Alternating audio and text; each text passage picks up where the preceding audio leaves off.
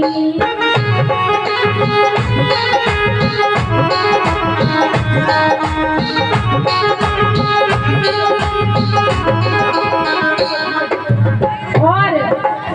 ये 100 रुपए का पुरस्कार आया है इस कार्यक्रम के आयोजक देवीराम नाना जी की तरफ से। एक बार इनके लिए जोरदार तालियां बजा दीजिए। देखिए एक बात और मैं कहना चाहूंगी, एक बात मैं अक्सर सुनती आ रही हूँ कि बाबा साहब के जो मिशन है कारवां राजकुमार लालो उसको चलाने का काम कर रहे हैं, और आज उन्होंने साबित भी कर दिया, देवीराम नाना जी ने ये साबित कर दिया है कि वो श्रद्धा के साथ परम पूज्य बाबा साहब के विचारों पर चलने का काम कर रहे हैं। आज ये प्रोग्राम कार्यक्रम करवा के उन्होंने ये तो पक्का तय कर दिया है कि उन्होंने परम पूज्य बाबा साहब के जीवन से कुछ न कुछ तो सीख ली होगी। एक बार इनके लिए जोरदार तालियां बजा दीजिए। इसीलिए कहना चाहूंगी, और ये 100 रुपए का पुरस्कार आया था मेरे मौसा जी की तरफ से, राजकुमार लालोर वालों की तरफ से। एक बार इनके लिए जोरदार तालियां बजा दीजिए। इसीलिए कहना चाहूंगी, भूले क्यों बहुजन पीरों की वाणी,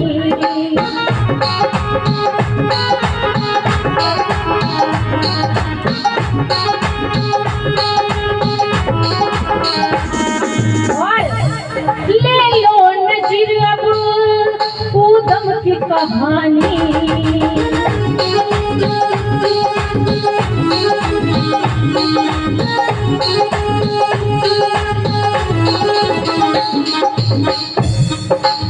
यहाँ जो भी भैया बैठे थे कुछ इस पर बैठे हुए थे मुड़ेर पर, मैं यहाँ पर बैठे हूँ तो पूछना चाहूंगी, इधर जो भैया खड़े हैं जो पढ़ने कौन कौन जाता है इनमें से पढ़ने? उधम सिंह की कहानी सुनिए, 10वीं क्लास में आती है उधम सिंह की कहानी, किसी को नहीं पता? उधम सिंह की कहानी 10वीं क्लास में आती है, जो 1857 का जो स्वतंत्रता संग्राम का एक चैप्टर है उसमें, उसी में उनकी कहानी आती है, जलियांवाला बाग हत्याकांड। जलियांवाला बाग हत्याकांड सबको पता होगा, वहां लाखों लोग मारे गए। उन्हीं लोगों की मौत का बदला लेने के लिए वो उधम सिंह ने जनरल डायर को चैलेंज किया कि तेरे ही जन्मभूमि लंदन में आकर के तुझे नहीं मारा तो मेरा नाम भी उधम सिंह नहीं। और उन्होंने लंदन में जाकर के जनरल डायर के सीने में 6 गोलियां उतारी। सोचिए, हमारे महापुरुष से हमें सीख मिलती है कि हमारे महापुरुषों ने हमारे लिए क्या किया। हमारे महापुरुष निडर थे, किसी से नहीं डरते थे। इस देश के लिए, इस बहुजन समाज के लिए उन्होंने अपने प्राणों को निछावर कर दिया। इसीलिए हम उनकी संतान है, उनकी औलाद है, हमारी रगों में उनका खून बहता है। इसीलिए डरना नहीं है, आवाज उठानी है, अधिकार के लिए आवाज उठानी है, सम्मान के लिए आवाज उठानी है, बहन बेटियों के मान सम्मान इज्जत आबरू के लिए आवाज उठानी है। इसीलिए मैं कहना चाहूंगी,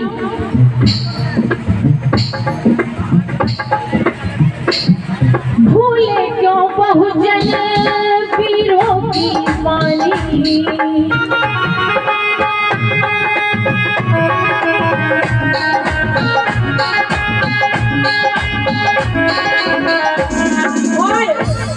ले लो नज़र अब ऊधम की कहानी,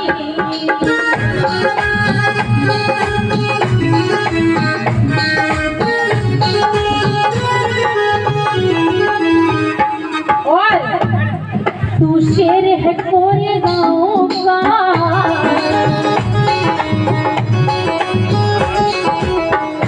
और ये 100 रुपए का पुरस्कार आया है राजेंद्र मामा जी की तरफ से। एक बार इनके लिए जोरदार तालियां बजा दीजिए। तू शेर है कोरेगांव का,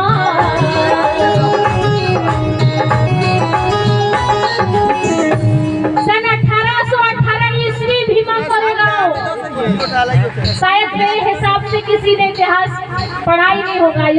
जो हमारे गवर्नमेंट टीचर हैं शायद उनको तो पता ही होगा, लेकिन मैं यही कहना चाहूंगी कि इस गांव में पहली बार प्रोग्राम हुआ है तो शायद उतना पता नहीं होगा किसी को, लेकिन मैं बताती हूँ। सन 1818 ईस्वी महाराष्ट्र में भीमा कोरेगांव नाम का एक स्थान था जहाँ पर पेशवाओं का राज चला करता था। बहुजन समाज के लोग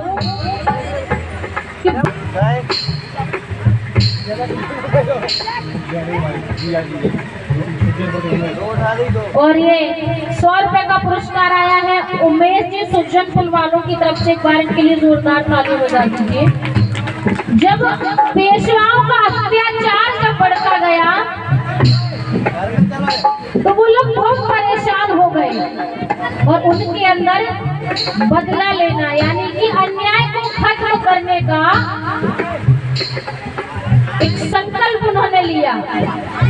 लेकिन उस समय क्या हुआ कि अंग्रेजी शासन भी चला करता था, तो जैसे उन्हें पता चला 500 महारों ने उनके पास बड़ा मौका था अपने अधिकारों को वापस लेने के लिए, तो वो सबसे पहले पेशवाओं की तरफ यहाँ जाते हैं, उनके दरबार में जाते हैं, बाजीराव पेशवा के दरबार में जाते हैं और कहते हैं कि महाराज अगर आप हमें अपनी सेना में भर्ती दे देंगे तो हम आपकी सेना की तरफ से अंग्रेजों से लड़ेंगे और इस देश का मान सम्मान बरकरार रखेंगे। जी की तरफ से एक बार इनके लिए जोरदार तालियां बजा दीजिए।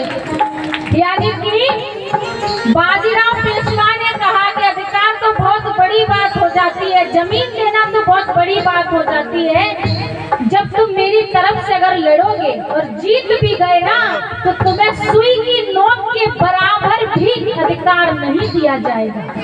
इतना सुनकर के महान सिद्धनाथ बड़े गुस्से में आ जाते हैं और वहां से चले जाते हैं। सदियों से अत्याचार जुल्म को सहने वाले आज महारों के अंदर भी स्वाभिमान जागने लगा। तब जाकर के अंग्रेजों के पास जाते हैं, अपनी मांगे रखते हैं और कहते हैं कि अगर तुमने हमारे अधिकार हमें दिए तो हम तुम्हारी तरफ से पेशवाओं से लड़ेंगे। लेकिन वो दिन आया 1818 1 जनवरी